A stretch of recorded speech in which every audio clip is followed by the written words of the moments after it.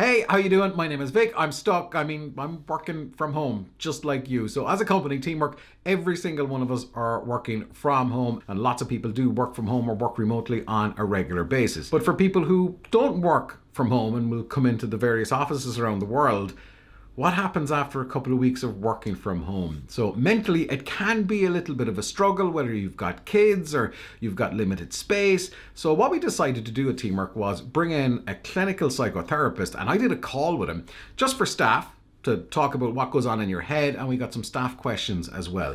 Now, we feel this was a really valuable piece of content for our staff, and we also feel that for you guys, it could also be very valuable as well. So without further ado, let's get into this. Welcome to Teamwork Talks. This is a live stream. This is a bit of a different one. This is internal use only for now. My name is Vic, obviously. Hello. This is James P. White, who's a clinical psychotherapist and hypnotherapist. Jimmy, how are you doing? Hi, how are you? Thanks for inviting me on. Not at all. So essentially, what we're going to do today is we're going to kind of talk about working from home and where most people are kind of, um, eventually kind of getting used to everything that's kind of going on. So it's something that people are kind of, probably going to start struggling with eventually. So we're going to kind of take a look at the mental health side of things on all of this. So for most people, and we'll start with people who aren't working from home, Jimmy. And by the way, as well, for anyone that has any questions, either throw them into the YouTube chat or just drop me a message privately on Teamwork Chat. Most people are now used to, working from home for the last couple of weeks. The novelty is kind of wearing off. So mentally, what's happening to say the novelty is wearing off? Because I'm sure for a lot of people, working from home, it's great. But now we're a couple of weeks into it with the pandemic.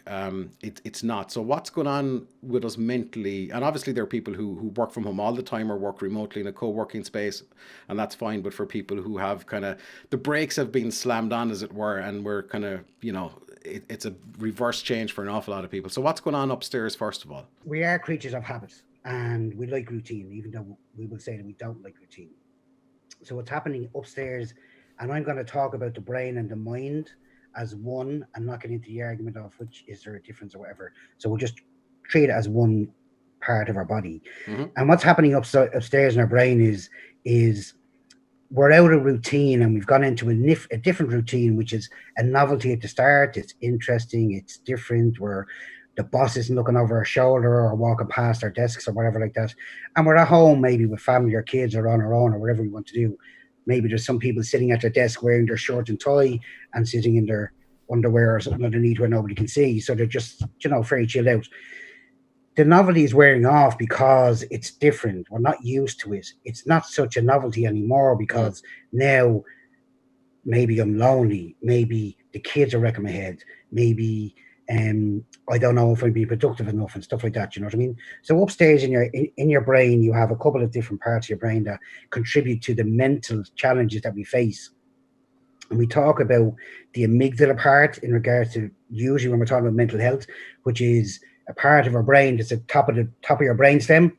Um, and this part is it controls what's called the fight, flight, or freeze response, Okay. and it's there for our protection. So it's there to protect us and make sure that as a species, as a human person, it wants you to survive. So effectively, it's like having your own security guard, watching out for all of these fear factors or things that might threaten your life. And we need it there. We need it there in cases of, say, if you're driving your car down the road and the car in front jams on the brakes, you automatically jam on the brakes without thinking. Mm-hmm. So it's an instant reactive part of our brain that makes us react instantly without thinking. The problem with it is as we've sort of developed and become more intellectual as a human and use all these other faculties in our brain and different processes and thinking, logic, all that type of stuff, it's taken over in effect even when we're not in danger. So as we're in this routine space that we've got into, which is new to us, it's sort of out there like a radar, and it's sort of going, okay, this is okay, this is okay, this is okay. Now hold on a minute, this isn't sitting right with me now at this moment Mm-hmm. in time because it's not what I'm used to. I've no not having coffee with my friends or my colleagues, not having lunch with my colleagues. Is my boss actually checking into my computer behind me? All of these catastrophizations, all of these thoughts start to come out, and the challenge with it is, I suppose, is this is when you look at the thoughts and you break them down to each specific thought that you're having, most of them is stuff you're making up in your head. Okay. Do you know, like nobody is. It's not like, do you know these conspiracy theories that are out there, where people are saying, "Oh, Big Brother's watching you" and stuff like that. On the 5G towers, yeah. Yeah, do you know what I mean? So it's catastrophizing everything, and it's making a worst case scenario, and it's putting into this defense mode of fight, flight, or freeze, which is, I'm not comfortable here. I need to get out. Oh my god! So that's Yeah. basically what's happening in a short, in an easy way to explain it. You know. Okay, so on that, so it is effectively it's a new routine for people, and this mindset, and as you said, flight, fight, or freeze.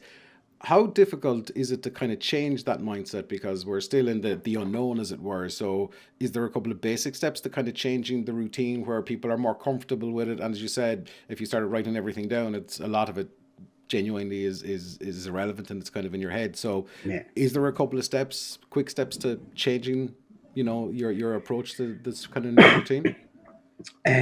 So there's quite a few different things that you can do, um, but just to touch on one or two, um, and also to say that this isn't just happening in this moment. This is even happening when people are in work doing their normal, usual stuff. Do you know what I mean? Mm, This catastrophization is going on constantly. Again, because we're an habitual animal, and we've become set with conditioned habits, conditioned way of thinking, conditioned way of taking on that thinking, and how we're going to react to it. So it's happening even, yes, definitely happening more so now in this moment in time and where we are with this epidemic and stuff. But it's also happening in our daily lives. So one of the most, I suppose, one of the most influential parts that you can use is what's called self awareness. okay. Okay, and that means becoming aware of you. Okay, and it is going to start with the likes of um, breathing. Now I know people are going to go, oh no, here we go, another fella on about breathing. Yeah, so I'll just give you a little bit of science on the breathing end of it. Okay, Okay. we have a central nervous system in our body which is responsible for lots of stuff and lots of functions in what we do. Okay, and part of that central nervous system is there's two parts. There's one which is called the parasympathetic nervous system, and one which is called the sympathetic nervous system. So when we're in fight, flight, or freeze, we're in what's called the sympathetic nervous system. That's reacting. So what's happening is all the organs in our body are not functioning the way they should be, because as we're in that fight, flight, or freeze mode, everything is going to where we need it. So if you're talking about fight, everything is going to your outer organs like your feet and your hands to punch and actually get ready for a physical fight. Your adrenaline is running, your blood pressure is faster, your heart rate is faster. If you're not talking about flight, it's going down to your legs because you want to run away, you want to get out of here. Okay, so if all of our organs or all of our faculties are based on being in fight, flight, or freeze mode, then the likes of your digestive system, your breathing system, your blood pressure, all of that, that's all dysregulated, which Right. means you're out of balance. So physically, you're being affected by this mental stimulation in your head. To get back into the parasympathetic system, which is what is called in science the rest and digest system, which is where we should be, which is be more calmer, be more, take things a little bit easier, slower. That means then that all your functions will function naturally. Your digestive system will be working, your blood pressure won't be as high, your heart rate won't be as high, all of those things. You're in quite a calmer mode. And there's a guy out there called Dr. Stephen Porges who's done lots of research on what's called the vagus nerve. And the vagus nerve stimulates the parasympathetic system back into motion by breathing. Okay. Okay. And the way to do it, the correct way to do it to start getting back into that mode is to breathe in. Let's say you can breathe in for 4 seconds, hold it for 1 or 2 seconds, and then breathe out for longer than 4 seconds. And that allows the systems inside the body to go, oh, okay, I'm not in fight or flight or freeze mode. I can go back into rest and digest mode. So that's one simple way, one simple Okay. technique of doing it.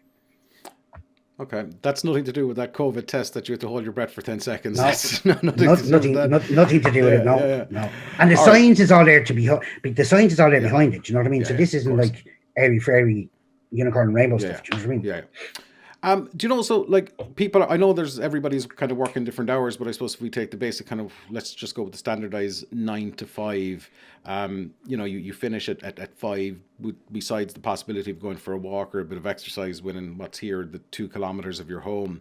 you're kind of essentially stuck in your isolation prison. So like if you're living alone, or are you, you're spending a lot of time alone, like is there not an opportunity for depression to set in here as well for people who may be a little bit predisposed to it, or maybe there's people who are kind of struggling anyway? um, I guess self-awareness is probably very important when it comes Hmm. to these kinds of times. Yeah. So as you said, I work as a clinical psychotherapist and hypnotherapist, and I would be dealing with stress, anxiety, and depression. That would be sort of my key area that I focus on generally. And at this moment in time, there's quite a lot of it there, and this would be a situation where people would be definitely prone to this coming on them if they haven't already got it. Hmm. Um, so it's quite important, again, beginning with the self awareness to actually understand that that's where you are. You're having this challenge, you're having this problem, yeah? You're feeling this way. And then what you need to do is, in regards to loneliness and the isolation point of view, you need to reach out and talk to somebody. But just talking on the isolation thing, there's and I think when we were talking earlier, you mentioned something about being isolated in your prison. Do you know what I mean? An isolation So prison, yeah. if you look at that in context, there's a guy out there called Viktor Frankl, who was a survivor of the Holocaust. Holocaust, he was a victim in the prison camps. Okay, and he's known for a couple of quotes, but one of the quotes that really stands out for me into what you're saying about this isolation of prison is, the quote is, "Everything can be taken from a man, but one thing, the last of human freedom, to choose one's attitude in any given set of circumstances. So to choose one's own way." So effectively, what he's saying is, it's like Oscar Wilde. Oscar Wilde has a statement or a quote which is about two men in a prison cell. One man looks out the window, sees darkness and mud, and the other man sees the stars. So again, it comes down to looking, how are you looking at it from a mental perspective? Why does it have to be an isolation prison? Do you know what I mean? Okay. If you're feeling that sense of, I'm on my own in this flat or apartment or bedsit or wherever it is, I'm cooped up and it's like a prison to me. Why is it like a prison? What can you do to change it? Can you make it more comfortable for yourself? Is there anything that you can do, thinking outside the box rather than sitting and dwelling in it? And the other thing is talking. We have to talk and reach out to people, be a colleague, be a friend, be the Samaritans, be a therapist, be your doctor, be somebody to talk to. And I remember we've done a podcast before and we covered this a little bit. It's probably one of the hardest steps to take, to actually reach out and make that call or send that text message or wherever it is. It's And easier said than done, to be honest. 100%. Yeah. And I suppose both of us would resonate with that. Do you know what I mean? In different things that we've done in our lives. Do you know what I mean? But I think what it is it's it's a case of, if you don't, then nobody else can help you. If you're not able to help yourself in that moment because you don't have the tools or the choices or the techniques. Hmm. So to actually move out of where you are, you have to ask for help. And no matter how bad that may seem, no matter how, you know, maybe people may feel weak or feel not strong about it, it has to be done. And understand that you're not alone out there. Like, I am and where I am now because I had a great life. I am where I am now because I had struggles. And through the help that I got, it changed my life and I changed my direction in what I was going to do. Do you know what I mean? Hmm. And for me, I wasn't a person, even this is uncomfortable for me. I can only see you, but I'm sure there's probably more than me and you looking Hmm. at the screen, Yeah, hopefully. yeah. So I would be uncomfortable about being up front and center with people, or being the center of attention. Um, but I've been able to manage it because I made that first step, and it's Okay. life changing. Yeah, yeah. Okay. Can I ask you? And we're talking with James P. White, who's a clinical psychotherapist and hypnotherapist. If anybody's any questions that they want to put Jimmy, you can put them into the YouTube chat, or you can just ping me directly on chat if you want, and we'll get to those at the end if we've got some time. Um, I suppose, Jimmy, one of the things that's probably not helping, depending on people, is the constant bombardment of news that we're getting, deaths, cases surrounding COVID-19. It's the first thing that we kind of hear about now. Essentially, you turn on the radio, you turn on the TV, you pick up your phone, there's a notification, 30 more deaths today. This kind, like, there's no escaping it. And that's before you kind of get all the crap that's going around on WhatsApp with all the fake messages and fake this and 5G cell towers and all of the other stuff that's going on. Um, how what kind of impact does that have on people, and how do you best deal with that? I know the easy thing is to do turn it off, but is there some tools you can use to combat that, or is it as easy as turning it off? Because I would think this has a kind of a lasting effect. If you read something in the morning, then it's going to be still there in the afternoon, in the back of your head, if you are kind of affected by it. So it comes down to where your attention and your focus is. So again, it's about self-awareness. If you think about what we're talking about at the start, if you're aware that you're being influenced and you're open to these things, yes, the easiest and the quickest way to do it is to turn them off. On, like, if it's social media, unfollow them, on Twitter them, or whatever you do.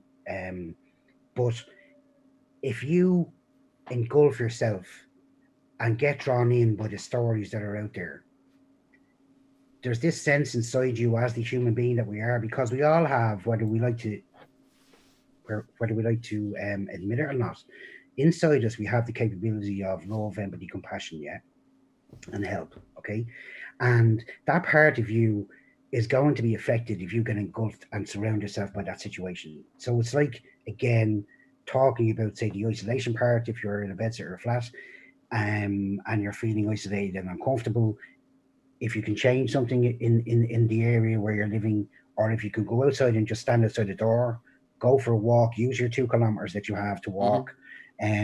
It's the same thing with the bombardment that you're getting. You're allowing yourself to be influenced by it. So about 15 or 16 years ago was the last time I bought a newspaper. And the reason that I stopped buying a newspaper was because I was finding it hard to find good stories, as in stories that was interesting. Didn't Mm-hmm. have to be positive, but Yeah. an interesting story where, as you said, we're bombarded by this negativity all the time. And again, science has sort of looked at this scenario in regards to how it works in the brain. Our default mode is to go to the negative in the first instance. And once you go there, you're going to expand it. So you become part of that negativity with it. So there you have the bad thoughts, the bad feelings, the worries, the stresses, because you're buying into the story and all that type of stuff. So the easiest way, the easiest tip and the easiest tool is to stop, um, reduce the time that you're influenced or open to these influences. Do you know what I mean?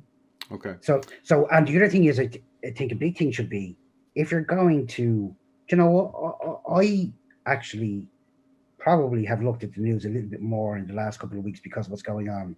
To the right channels, though, not to like the CNNs and the Sky Newses. Do you know what I mean? I've looked at what's our country saying, what's our government saying, what's the Mm-hmm. WHO saying, and I've stuck to that.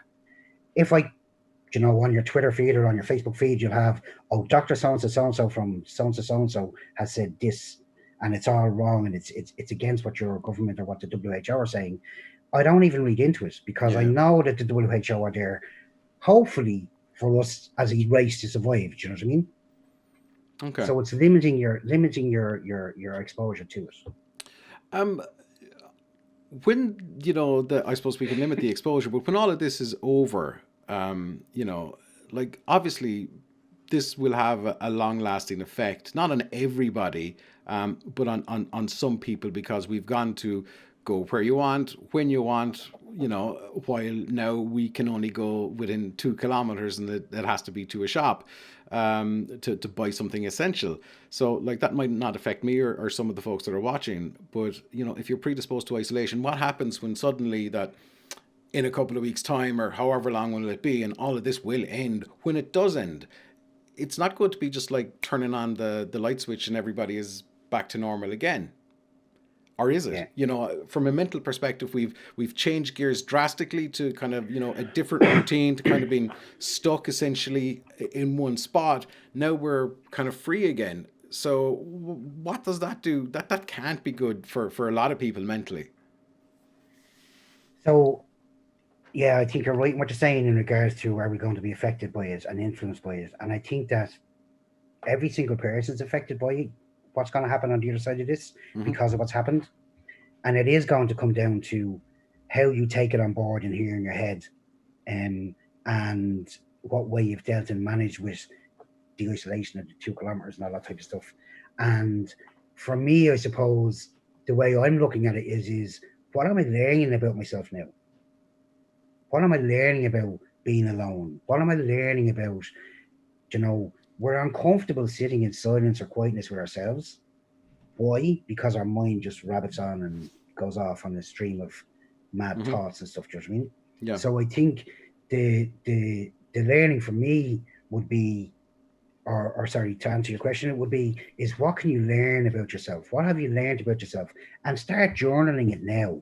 Write it down. You know, write down, I feel lonely. Write down, I feel betrayed by my government. I feel isolated. I feel angry.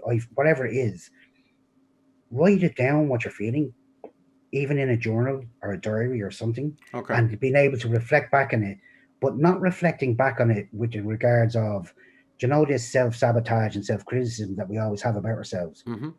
Have a little bit more of compassion for yourself because, as I said, we're all human. We all have these and are facing different challenges, and we all have a mind that wants to do this overstimulation and this distraction Yeah. and take us away. Do you know what I mean? So it's So probably looking at what can you learn from it. is it fair to say that we'll say journaling is almost acting like a release, and is it also fair to say that if you're handling the last couple of weeks pretty well in a composed manner, then when it's all said and done and we get to the other side, you should be technically and theoretically okay. But if you're losing your mind now, then when you come out the other side, it's going to be another problem.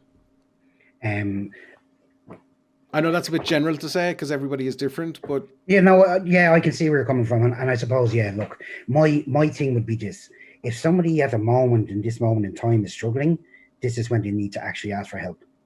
Do you know what I mhm. mean? Right now, so that it doesn't transpire out to the other side. However, if somebody's dealing and managing okay with it now, and they come out the other side and they're challenged, then they need to ask for help. They need to reach out. Do you know what I mean? It is about reaching out. The journaling point of view of it is it's like this: you can go to, you know all the therapists you want to go to. You can go buy all the self help books that you want to buy. You can watch all the YouTube channels that you want to watch with positivity and all that type of stuff. But when it comes down to it, from my experience, all the answers are actually inside yourself. You just have to find them. And some of them are scary. And that's where you need to have somebody holding your hand and guiding you through those times. You know what I mean? Okay. Um, just before we kind of start wrapping up, if anyone's any questions, just you can throw them to me on chat. I know there's one or two have come into me there, or people can just put them into the YouTube chat there directly. So we kind of looked at breathing exercise, and it's very simple, but it's very important. And while everybody has different needs and everybody is completely different, is there another one or two exercises, Jimmy, that people might find useful, or is there a certain amount of time per day that people should be doing it? Is it a case that, well, you need to do the breathing thing for 30 minutes in the morning, you need to do it again at lunchtime, you need to do it again before you go to bed? What's the kind of a general best practice, and if there's any other kind of exercises that we can all start trying out, it would Yeah. be great. So, like regarding the breathing, it doesn't have to be a specific set of time. I mean, I can remember years ago as a kid, my grandmother used to say to me, if I was frustrated or angry with my friends when I was out playing, count to Mm, 10, and I used to go 1, 2, 3, 4, 5, 6, 7, 8, 10, and I still want to kill them. Do you know what I mean? yeah. Why? Because I wasn't counting to 10 properly. So it can be a matter of fact of just counting to 10 and breathing with that count. You can be looking at types of, and I think you actually came up with one when we were talking the last time. Was it the ice cold water? Was it you that said it to me about the ice cold water shock? So what happens is when our mind starts catastrophizing, if you have a glass of really freezing ice cold water, it shocks. It's like, brain freeze from sucking in ice cream, Mm-hmm. and it shocks the system to go, oh.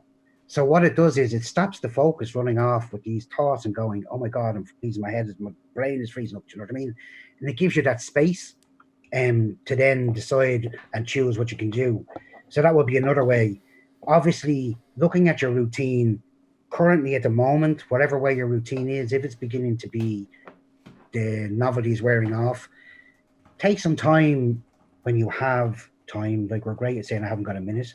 I don't think anybody is saying that now at this moment in time. I think we all can find a few minutes, but just take some time where you can be calm and relaxed, and just look at what you're struggling with. Look at the routine at the moment that you're struggling with. Is it that you're getting up in the morning, you're logging onto your computer, you're Yeah. using the bedroom, the kids are coming in, and they're wrecking your head, or they don't understand? Maybe it's that you just need to sit down with the kids and say, look, because of what's going on, Daddy has to use the office upstairs for X amount of time. And what we're going to do is, when I'm finished at 7 o'clock, I'm going to sit down and read a story. I'm going to sit down and watch a video with you, whatever it is. So changing your routine so it suits you. Do you know what I mean? Mm-hmm. And that you're not under pressure. That's another way of doing it. Activities, going out, getting exercises, walking if you Yeah. can. Um, and giving yourself a break. Do you know what I mean? Taking a break to go and just have a cup of tea. Don't have a cup of tea sitting at your computer while you're doing your work. Break away from the work and sit down and have a cup of tea and enjoy the cup of tea. Okay. Comedy, watch movies. Loads of stuff there online at this Okay. moment in time. Do you know what I mean? Okay. And so there's lots of stuff. So what I've done is, based on the talk that we're having, I've put together a little ebook which I'm going to send you in a moment that you can send out to everybody Okay. that's watching. And there's lots of tools and stuff there. But they're Brilliant. just a few things. Brilliant. Okay. Because I'm kind of conscious of time here as well. But I just want to run through a couple of questions that people are sending there as well, Jimmy, if you don't mind, Yep. and we'll try and blaze through it as quickly as we can.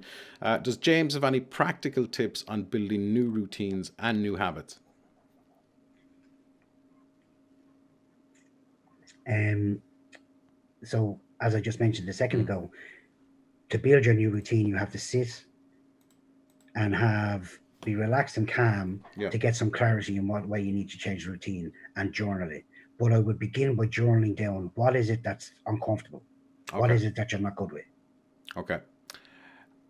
Um, as we're all communicating, we'll say in from Teamwork's perspective in Teamwork Chat, so it's a chat messaging piece of software. It's all very instant. Is there any tips to kind of manage I suppose more mindful communication, such as setting aside a time from a break from any kind of instant messaging, that kind of thing? What would you advise there? So I'm actually a mindfulness educator as well. So mindfulness will be part of my daily routine. So I do a meditation every day.